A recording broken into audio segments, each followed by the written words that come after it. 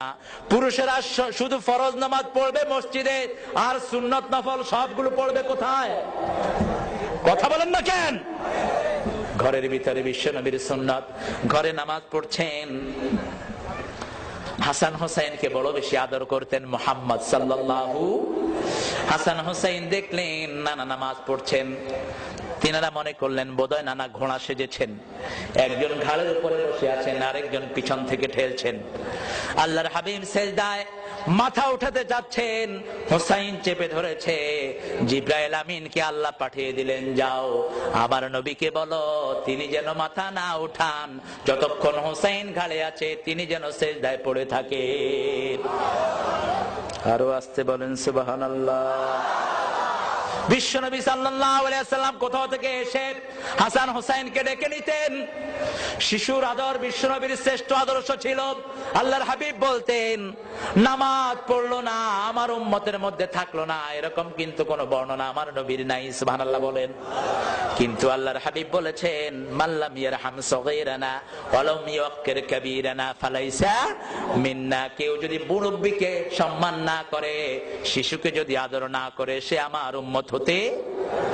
বিশ্বনবী সাল্লাল্লাহু আলাইহি ওয়াসাল্লাম হাসান হোসেনকে নিয়ে আদর করতেন।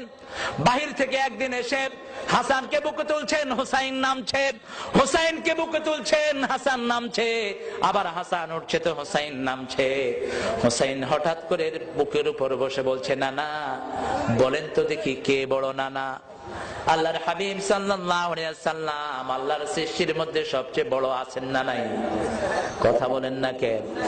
বিশ্বনবীর মর্যাদা আল্লাহ সবচেয়ে বাড়িয়ে দিয়েছেন। আর আল্লাহর হাবিব বলতেন, আনা সাইয়্যিদে বলদে আদম, বনি আদমের সব সন্তানের নেতা আল্লাহ আমাকে বানিয়েছেন। সুবহানাল্লাহ বলেন। আল্লাহর হাবিব বললেন আমি বড়, হোসেন বললেন না না না আমি বড়। শিশুদের মতের কখনো অগ্রাহ্য করতেন না আল্লাহর হাবিব। সেজন্য বলতেন, ঠাট্টার ছলেও কোন শিশুর সাথে তোমরা মিথ্যা কথা বলো না। শিশুকে ধোঁকা দিতে নিষেধ করেছেন মুহাম্মদ সাল্লাল্লাহু। হাতে করে জিনিস এনে কয় আয় তোরে দেবো, কিন্তু হাত খালি এরকম লোক আছে না নাই? এই ধোঁকা দিতে নিষেধ করেছেন মুহাম্মদ সাল্লাল্লাহু। আল্লাহর হাবিব বললেন আমি বড়, হোসেন বললেন না আমি বড়। বিশ্বনবী বললেন, বুঝলাম হোসেন তুমি বড়, কিন্তু নানা কিভাবে তুমি বড় হয়েছে একটু আমাকে বুঝিয়ে বলো। হোসেন রাদিয়াল্লাহু আনহু বলছেন, আপনার আব্বার নাম বলেন। আল্লাহর হাবিব বললেন, আমার আব্বার নাম আব্দুল্লাহ। হোসেন রাদিয়াল্লাহু আনহু বললেন, খালি আব্দুল্লাহ, লাইসা ক্বাবলাহু শাই ওয়ালা বাদা। সামনেও কিছু নাই, পিছনেও কিছু নাই, খালি আব্দুল্লাহ। আমার আব্বাকে চিনেন নাকি? আসাদুল্লাহিল গালিব আলী ইবনে আবি তালিব, সারা দুনিয়ার কাফেরের জন্য আল্লাহ যাকে বাগ করে পাঠিয়েছেন, জান্নাতের ইমাম, এরকম একজন বাবা তো আপনি পান না। এদিক থেকে তো আমি আপনার বড়। আল্লাহর হাবিব হোসেনের চেহারায় তাকিয়ে আছেন। হোসেন বলছে, নানা আরো আছে। বলছে, নানা বলো কি বলো? নানা বলে, আপনার আম্মার নাম বলেন। বিশ্বনবী সাল্লাল্লাহু আলাইহি ওয়াসাল্লাম বললেন, আমেনা। হোসেন রাদিয়াল্লাহু আনহু বললেন, আমার আম্মাকে আপনি চিনেন নাকি? খাতুনে জান্নাত ফাতেমাতুজ জাহরা রাদিয়াল্লাহু আনহা, বিশ্বনবীর নয়নের পুত্রী, কলিজার টুকরা, জান্নাতের অলংকার, সব মেয়েদের সরদার জান্নাতে এমন একজন মা আপনার নাই। এদিক থেকেও তো আমি আপনার বড় হয়ে গেলাম। বিশ্বনবী অবাক হয়ে ছোট্ট হোসেনের চেহারায় তাকিয়ে আছেন। বলছেন, নানা এখনো শেষ হয়নি, আপনার নানির নাম বলেন। বিশ্বনবী সাল্লাল্লাহু আলাইহি ওয়াসাল্লাম নানির নাম বললেন। এবার হোসেন বললেন, আমার নানিকে চিনেন নাকি? জান্নাতে প্রথম যেই মহিলা ঢুকবে, যাকে স্বয়ং আল্লাহ নিজে সালাম পাঠিয়েছেন, এরকম একজন নানি আপনি জীবনেও পান নাই, খাদিজাতুল কুবরা রাদিয়াল্লাহু আনহা। এদিক থেকেও তো আমি আপনার বড়। আল্লাহর হাবিব অবাক দৃষ্টি চেয়ে চেয়ে বললেন, হোসাইন। হোসেন বলছে, নানা আরো আছে, আরো আছে নানা। ও নানা আরো আছে, আপনার নানার নাম বলেন। বিশ্বনবী নিজের নানার নাম বললেন। বিশ্বনবীর বুকের উপরে বসে এবার হোসেন বলছে, আমার নানাকে আপনি চিনেন নাকি? হাউজে কাউসার আল্লাহ যাকে দান করে দিয়েছেন, কিয়ামতের ময়দানে যেই নবীর আগে কেউ কথা বলতে পারবে না।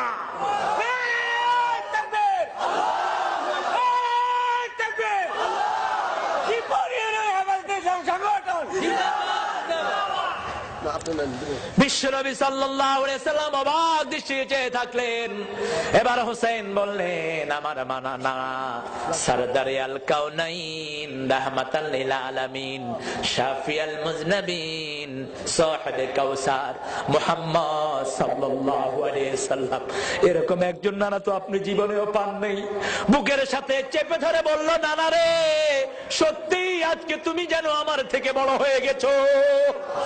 চোখের পানিগুলো ছেড়ে দিয়ে বলল, নানা ধন্য, নানা ধন্য, আজকে নিশ্চয়ই আল্লাহ তোমাকে অনেক বড় বানিয়ে দিয়েছে। সেজন্য আল্লাহর নবীর সুন্নাত যাদের জীবনে থাকবে, দুনিয়াতে তাদের কোনো পরাজয় নাই, আখিরাতে তাদের সম্মান বাড়িয়ে দিবেন কে? আরো জোরে বলেন কে? এজন্যই আমার আল্লাহ বলেছেন, আমার নবী যেই বিচারগুলো ফয়সালা করেছে, সেই বিচারগুলো যদি তোমরা সামান্য অমান্য করো, তোমরা কোনোদিন মুমিন হতে পারবে না। কারণ আল্লাহর হাবিবের 4টা শিশু সন্তান ছিল, ঠিক কিনা?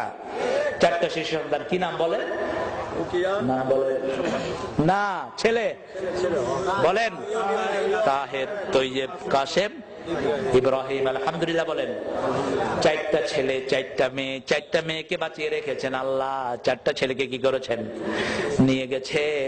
কেন নিয়ে গেছেন? মুফাসসিরিন কিরাম বড় সুন্দর ব্যাখ্যা দিয়েছেন। সকল বড় বড় নবীর ছেলেরাও নবী হয়েছে, সুবহানাল্লাহ বলেন। ইব্রাহিম আলাইহিস সালামের ছেলে নবী আছে না নাই? তারপরে ইউসুফ আলাইহিস সালামের আব্বা নবী ছিলেন কি ছিলেন না? বিশ্ব নবীর ছেলে থাকবে অথচ নবী হবে না, এটা কেমন কথা? সেজন্য খতমে নবুর এই মোহরের জন্যই বিশ্ব নবীর 4 সন্তানকে আল্লাহ আগে বিদায় করে দিয়েছে। আরো জোরে বলেন না সুবহানাল্লাহ। সেজন্য আমার ঘরে যে মেয়েটি আছে, বুখারীর বর্ণনা, এক সাহাবী যাচ্ছেন বাজারে। আল্লাহর হাবিব বললেন, কোথায় যাচ্ছ? সাহাবী বললেন, বাজারে আমার ছেলের জন্য একটা জামা আনবো। আল্লাহর হাবিব বললেন, তোমার কি শুধু ছেলেই আছে নাকি? সাহাবী রাদিয়াল্লাহু আনহু বললেন, আমার মেয়েও আছে। এবার আল্লাহর হাবিব বললেন, আগে মেয়ের জন্য কিনবা, তারপরে ছেলের জন্য কিনবা। মেয়ের জন্য উপহার নিয়ে আসতেন, যে কোনো জায়গা থেকে যাওয়া গেলে তিনি বাহির থেকে আসার সময় উপহার নিয়ে আসতেন। বিশ্বনবীর ব্যাপারে মা আয়েশা বলতেন, জীবনে কোন বিবির দিকে চোখ রাঙিয়ে নবী কথা বলেন নাই। ফজরের নামাজ পড়ে মসজিদ থেকে এসে নিজের হাতে ঝাড়ু নিয়ে ঘরটা ঝাড়ু দিতেন মুহাম্মদ সাল্লাল্লাহু। তিরমিজির বর্ণনায় মা আয়েশা বলছেন, যুদ্ধের ময়দান থেকে এসেছেন আল্লাহর হাবিব, এসে বলছেন, আয়েশা রে, বড় বেশি ক্ষুধা লেগেছে, ঘরে কি আছে? আয়েশা বললেন, আমি লজ্জিত হয়ে গেলাম। আমি বললাম, ইয়া রাসূলুল্লাহ, ঘরে কিছু নাই, আপনি একটু অপেক্ষায় থাকেন, আমি রান্না করে আনছি। মা আয়েশা বলছেন, আল্লাহর হাবিবের আর কোনো আওয়াজ পেলাম না। একটু পরে আমি ঘুরে এসে দেখি তলোয়ারটা ঘাট থেকে নামায় ওই তলোয়ার দিয়ে বিশ্বনবী তরকারি কাটতেছে। আয়েশা বলছেন, ইয়া রাসূলুল্লাহ, আপনি আমাকে এত বেশি আদর করেন। মা আয়েশাকে আল্লাহর হাবিব বলছে, আয়েশা রে, তুমি আমার বিবি, তোমার কাজে আমি একটু সহযোগিতা করছি। কি নবীর উম্মত আমরা! আল্লাহর হাবিব প্রিয় নামে ডাকতেন আয়েশাকে হুমায়রা, হুমায়রা বলে ডাকতেন। লালি, অসাধারণ সুন্দর নামে ডাকতেন। দৌড় প্রতিযোগিতা দিতেন মা আয়েশার সাথে চাঁদনি রাতে মুহাম্মদ সাল্লাল্লাহু আলাইহি ওয়াসাল্লাম। মা আয়েশা অসুস্থ, মাসিক অসুস্থ, মুসলিম শরীফের বর্ণনা। মা আয়েশা অসুস্থ, মাসিক অসুস্থ। তো ইহুদিদের একটা জিনিসের প্রতিবাদ আল্লাহর হাবিবের জীবন দিয়ে আল্লাহ করেছেন, সুবহানাল্লাহ বলেন। ইহুদিরা মায়েরা অসুস্থ হলে তাদেরকে এক ঘরে আটকিয়ে রাখে।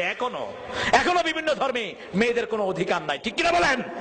কিন্তু আমার মা যখন অসুস্থ হলেন, বিশ্বনবী মাথা বাড়িয়ে দিলেন, মসজিদে নববী থেকে বললেন, ও আয়েশা, আমার মাথাটা মুছে দাও। তিনি বললেন, আমি তো অপবিত্র। আল্লাহর হাবিব বললেন, তোমার হাতে তো পবিত্রতা নাই, সুবহানাল্লাহ বলেন। আবার মা আয়েশা বলছেন, একই সাথে খেতে বসেছি, আমি গোস্তের ভিতরে রুটি চুবিয়ে খেতে আমি বড় পছন্দ করতাম। গোস্তের ঝোলের ভিতরে আমি রুটি ভিজিয়ে খেতে পছন্দ করতাম। আমি রুটি খাচ্ছি, আমার মুখের ময়লা, গ্লাসে পানি খেয়েছি, গ্লাসের একটা জায়গায় লেগে গেছে। আমি গ্লাসে পানি খেয়ে রেখেছি, একটু পরে দেখি ওই ময়লা জায়গায় মুখ লাগিয়ে পানি খেচ্ছেন মুহাম্মদ। মা আয়েশা বলছেন, আমি হাড্ডি খেয়ে রেখেছি, সেই হাড্ডি চেটেছেন মুহাম্মদ সাল্লাল্লাহু আলাইহি সাল্লাম। আল্লাহু আকবার। হৃদয়ের সব কথাগুলো আয়েশাকে বলতেন।